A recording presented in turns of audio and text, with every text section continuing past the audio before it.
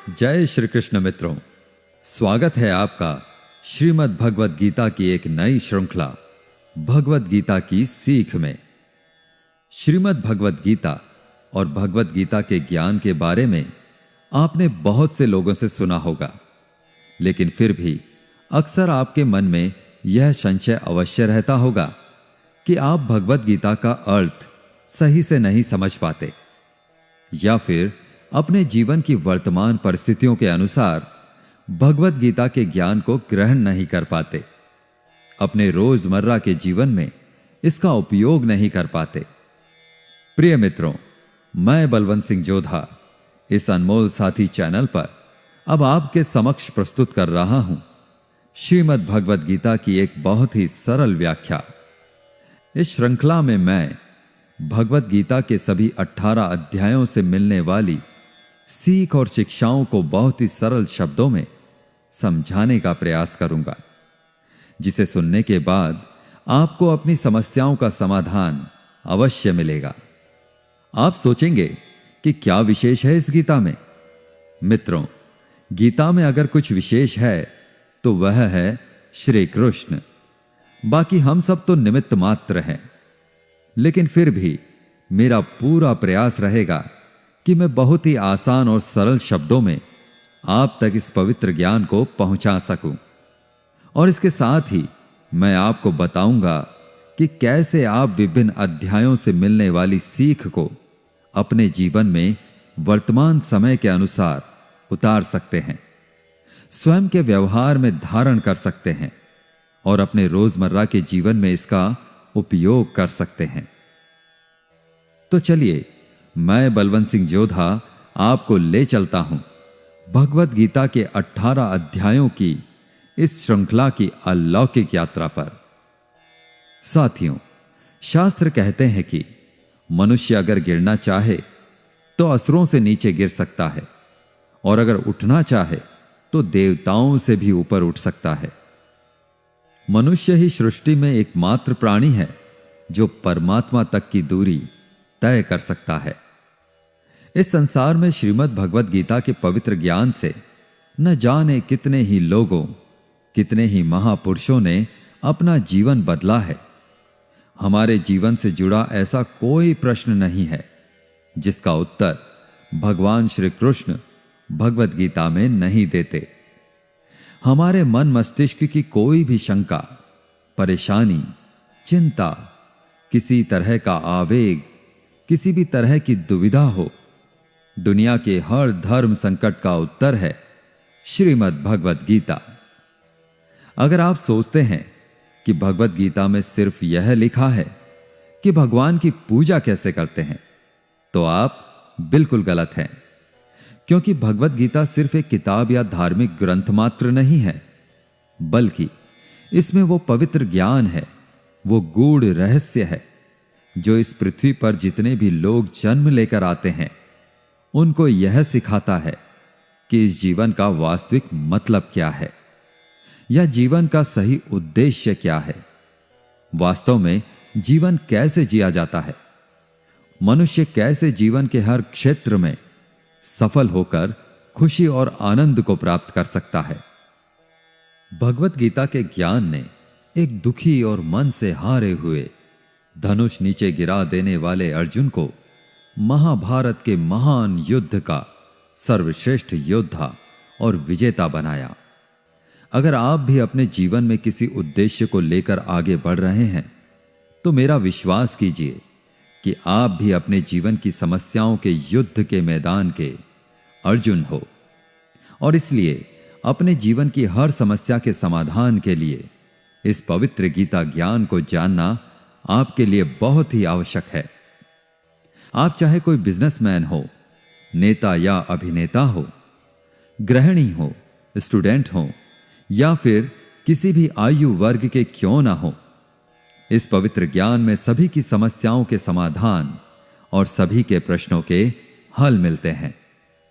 श्रीमद् भगवद गीता के बारे में कहा गया है कि एकम शास्त्रम देव की पुत्र गीतम, एको देवो देव की पुत्र एव, एको मंत्रस्य नामानि यानि, कर्माप्येकम तस्य देवस्य सेवा।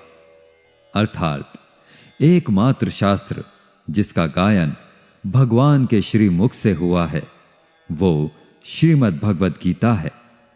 जब महाभारत के रण के मध्य में धनुर्धर अर्जुन युद्ध के लिए घबरा गए तो भगवान श्री कृष्ण ने अपने श्रीमुख से जिस शास्त्र का गायन किया, जिस गीत का गायन किया, वो श्रीमद् भगवद गीता है। इस सृष्टि में पूजनीय एकमात्र देव हैं, वो भगवान श्री कृष्ण है। एकमात्र मंत्र है, वो उनका नाम है। एकमात्र कर्म है, वो प्रभु की आराधना है। श्रीमद् भगवद गीता का जितना भी अध्ययन किया जाए, जितना भी समझा जाए, उतना ही कम है। इसे जितनी बार भी पढ़ा और सुना जाता है, उतनी ही बार हमें कुछ ना कुछ नया जानने को, नया सीखने को जरूर मिलता है।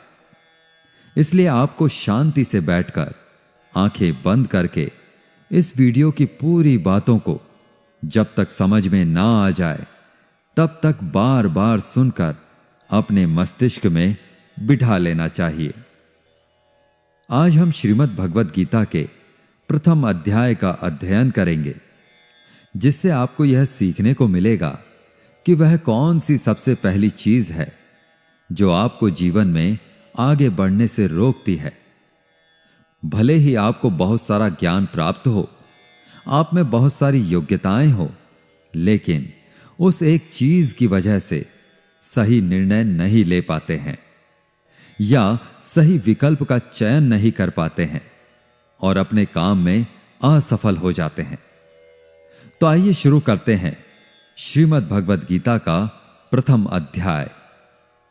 श्रीमद् भगवद गीता अध्याय 1, अर्जुन विषाद योग।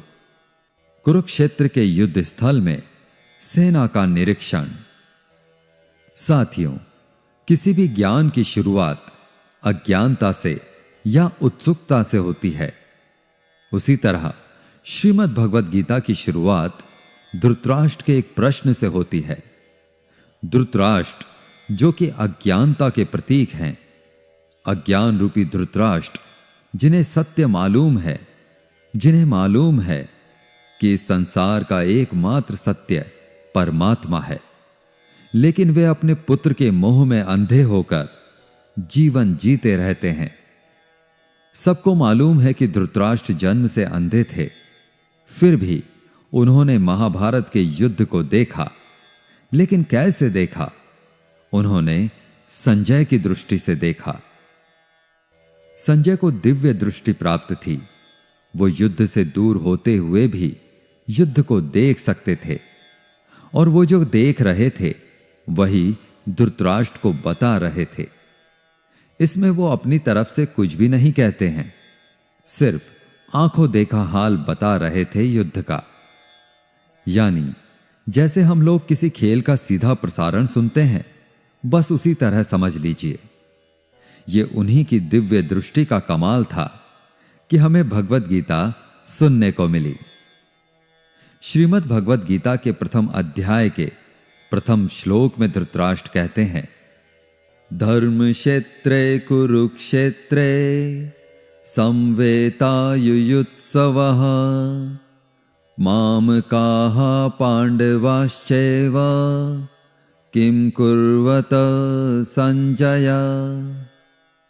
अर्थात, हे संजय, धर्म भूमि कुरुक्षेत्र में युद्ध की इच्छा से एकत्र हुए मेरे और पांडु के पुत्रों ने क्या किया। जैसा मैंने बताया कि धृतराष्ट्र अज्ञानता का प्रतीक हैं और संजय प्रतीक हैं संयम के, धैर्य के। जो अज्ञान है वह मन के अंदर है। अज्ञान से जो मन ढक चुका है वह धृतराष्ट्र है, लेकिन वह संयम रूपी संजय के माध्यम से देखते हैं, सुनते हैं, समझते हैं और जानने की कोशिश करते हैं कि सही रास्ता आखिर क्या है। यह वही है जिनका जब तक पुत्र जीवित रहेगा, यानी कि मोह रूपी दुर्योधन जीवित रहेगा, इनकी दृष्टि हमेशा विकारों पर रहेगी, हमेशा कौरवों पर रहेगी। धृतराष्ट्र अंधे थे, देख नहीं सकते थे, लेकिन आंखों से अंधे थे, मन और मस्तिष्क से नहीं। उन्हें पता था कि वो धर्म के साथ नहीं हैं, क्योंकि धर्म तो वहां होता है जहां श्री कृष्ण थे।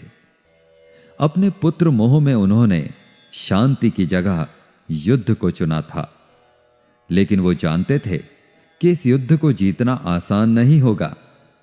अपने जीवन में जब हम कुछ गलत करते हैं तो हम भी समझ रहे होते हैं कि हमारे किए का परिणाम शायद अच्छा ना हो, और ऐसा ही धृतराष्ट्र के साथ भी हुआ। वो भी इसी डर, इसी आशंका में दिखते हैं।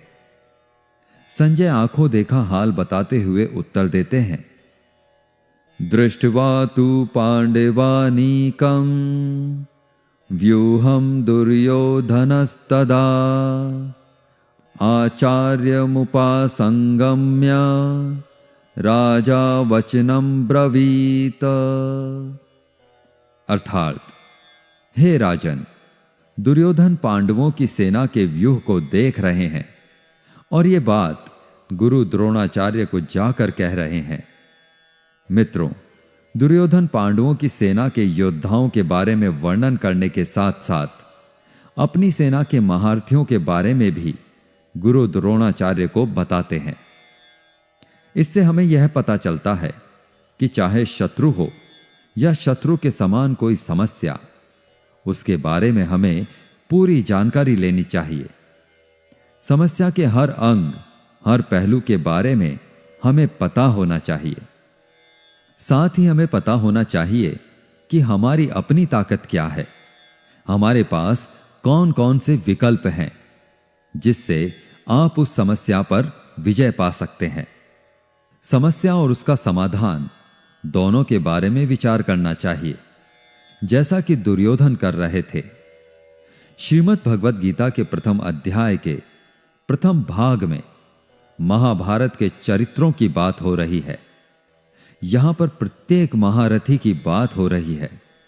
कौन सा महारथी जो है वो जाकर के शंख बजा रहा है, कौन सा महारथी जो है वो सेना के बारे में बता रहा है। चारों तरफ युद्ध शुरू करने के लिए शंखनाद हो रहे हैं। कौरवों में दुर्योधन बहुत खुश हो रहा था, क्योंकि उसके पास बहुत ही बड़ी सेना थी। भीष्म पितामह थे, गुरु द्रोणाचार्य, गुरु कृपाचार्य और कर्ण जैसे बड़े बड़े योद्धा थे। पांडवों की सेना में अनुराग रूपी अर्जुन, भाव रूपी भीम, धर्म रूपी युधिष्ठिर सहित पांचों पांडव, भगवान श्री कृष्ण और अभिमन्यु आदि थे। यह युद्ध पूरी तरह से पारिवारिक युद्ध ही था। पांडवों और कौरवों के लिए गुरु द्रोणाचार्य और कृपाचार्य दोनों एक ही थे। भीष्म भी एक ही थे। साथ ही साथ पांडव और कौरव खुद भी आपस में चचेरे भाई थे। लेकिन हर कोई जीतने के उद्देश्य से रणभूमि में आया हुआ था।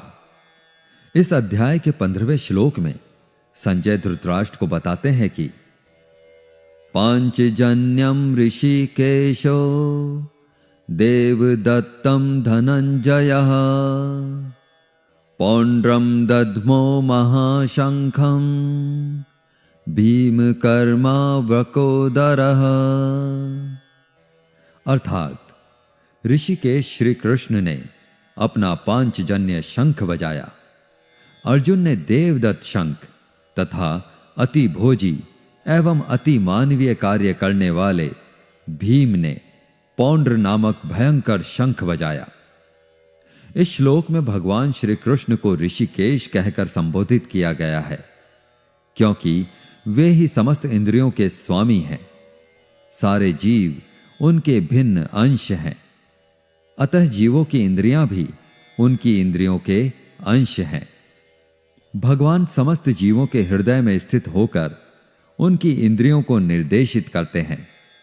यहां कुरुक्षेत्र की युद्ध भूमि में भगवान कृष्ण अर्जुन की दिव्य इंद्रियों को निर्देशित करते हैं। इसीलिए उनको ऋषिकेश कहकर संबोधित किया गया है। आप जैसे जैसे श्रीमद् भगवद गीता को पढ़ते जाएंगे तो आप समझते जाएंगे कि बहुत सारे चरित्रों के बारे में आगे कोई बात नहीं हुई है। सिर्फ भगवान श्री कृष्ण और अर्जुन का संवाद ही सिमट कर रह जाता है, क्योंकि भगवान के श्रीमुख से जो शास्त्र निकला है वह सिर्फ और सिर्फ अनुरागी अर्जुन के लिए था।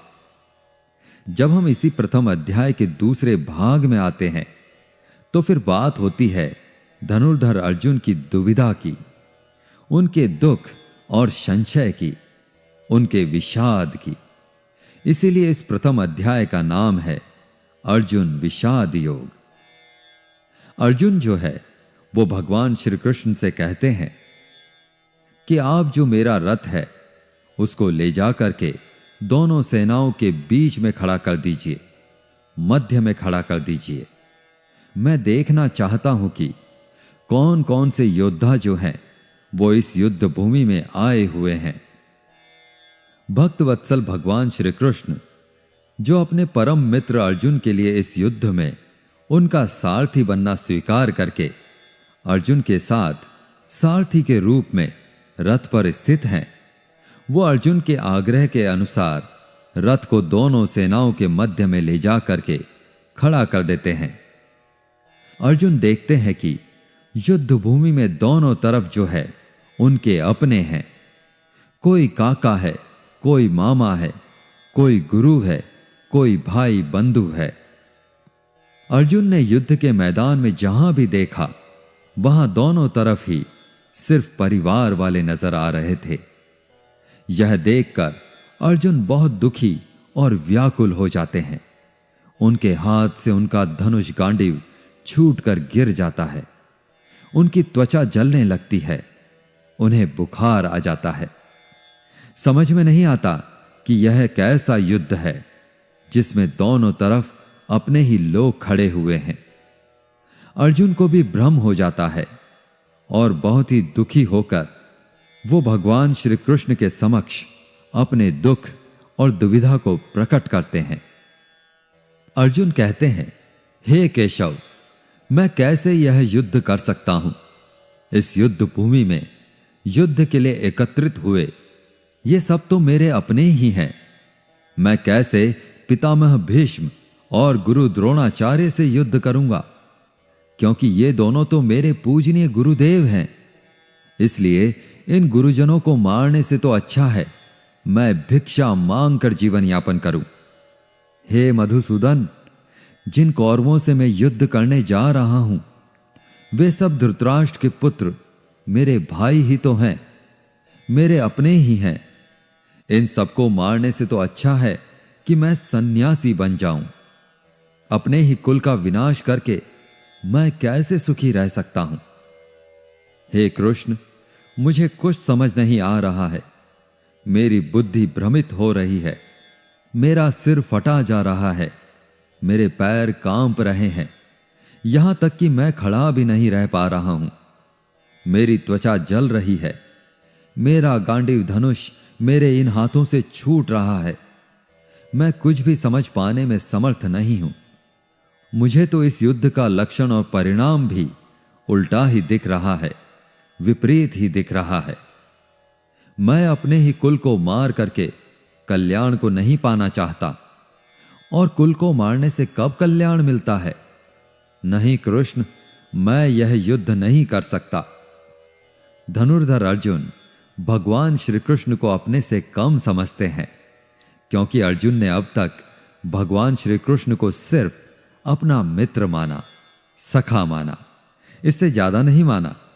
अर्जुन को नहीं पता था कि इसी भगवत गीता में आगे चलकर 11वें अध्याय में इसी अर्जुन को, जो अनुराग का रूप है, उसे भगवान के विराट विश्व रूप के दर्शन होने वाले हैं।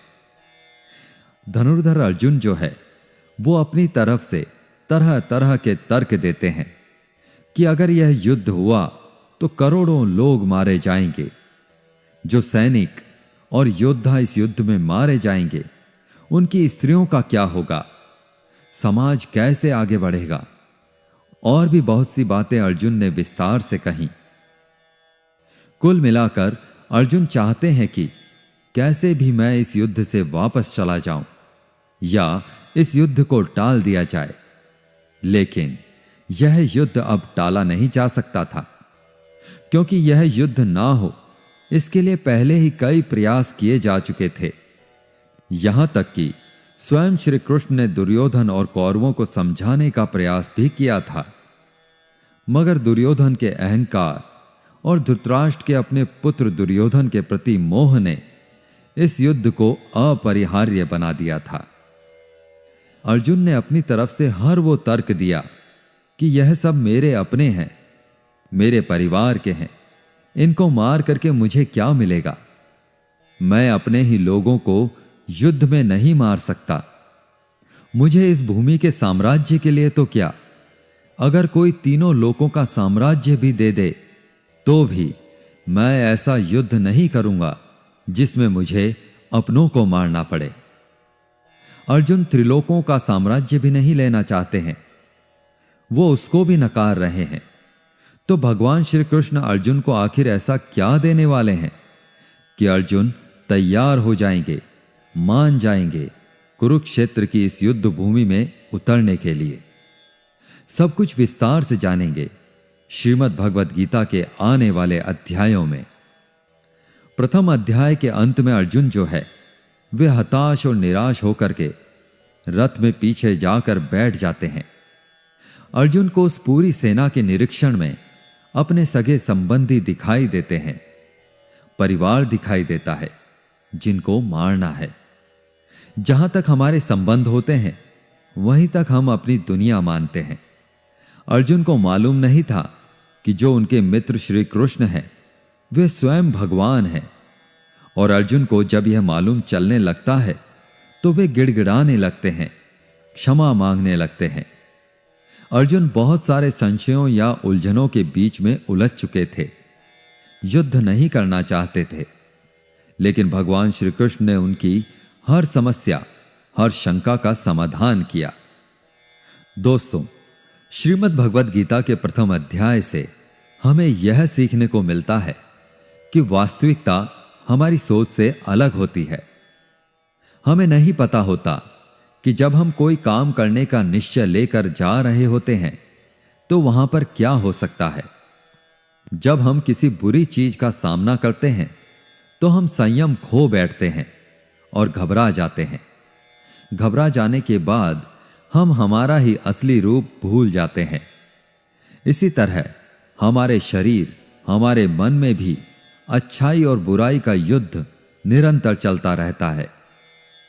धर्म क्षेत्र और कुरुक्षेत्र दोनों हमारे ही भीतर उपस्थित होते हैं, जिनके कारण हमारे मन में भी अर्जुन की ही भांति तरह तरह के संशय, तरह तरह के भ्रम उत्पन्न होने लगते हैं। इन संशयों से उबरने के लिए श्रीमद् भगवद गीता के ज्ञान के माध्यम से भगवान श्री कृष्ण की शरण में जाने का मौका मिलता है।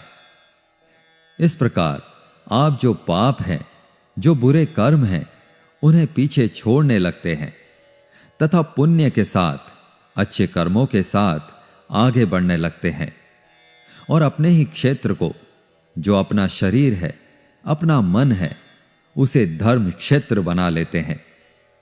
लेकिन अगर आप विकारों के साथ, बुराइयों के साथ चलते हैं, काम, क्रोध, लोभ, मोह के साथ चलते हैं, तो आप अपने शरीर, अपने ही मन को कुरुक्षेत्र बना लेते हैं।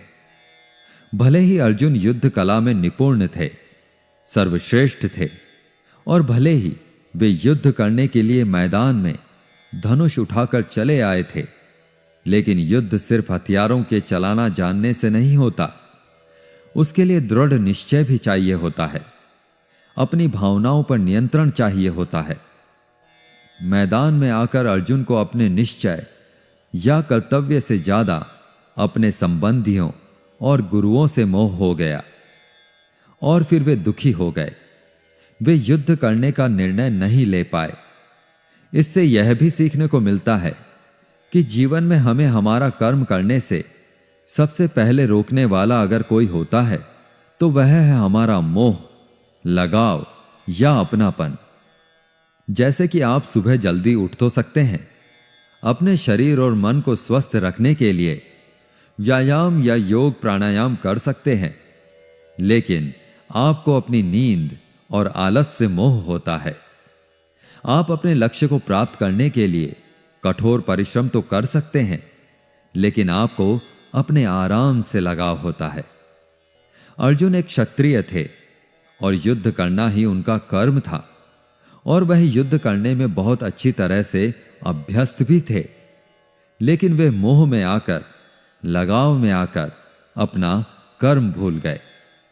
इसलिए अगर जीवन में आपको चुनौतियों से लड़ना है तो आपको अपने लगाव का बलिदान करना आना चाहिए। दोस्तों, इसको आप इस तरह से भी समझ सकते हैं।